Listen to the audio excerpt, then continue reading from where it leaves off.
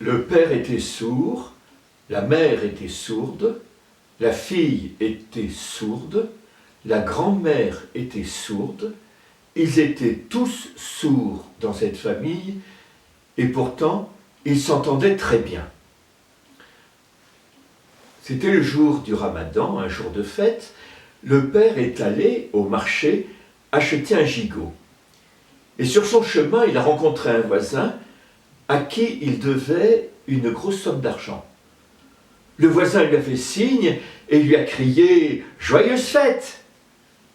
L'homme, qui était sourd, a cru que le voisin lui réclamait l'argent qu'il lui devait. Furieux, lui a dit « Est-ce un jour de fête, pour réclamer ainsi de l'argent ?» Et furieux, au lieu de poursuivre son chemin, il a fait demi-tour et il est rentré chez lui.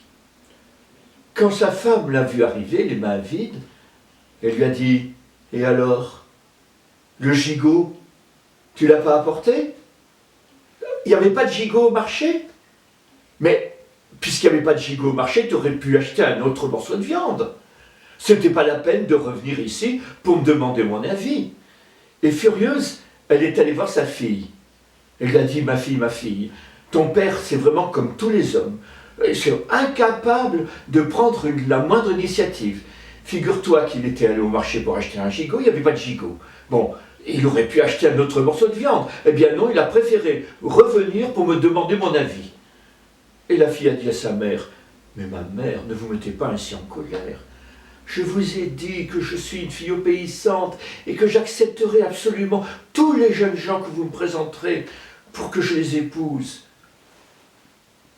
Et la fille est allée voir sa grand-mère qui était en train de se balancer sur son rocking chair devant la cheminée. « Grand-mère, a dit la fille, je ne comprends pas, il y a ma mère qui est encore en colère contre moi, elle croit que je refuse le jeune homme qu'elle m'a présenté pour qu'on se marie ensemble. » « Me remarier, a dit la grand-mère, ah mais il n'en est pas question, moi je suis très bien ici, il n'est pas question que je me remarie. » Dans cette famille, ils étaient tous sourds, mais ils s'entendaient très bien.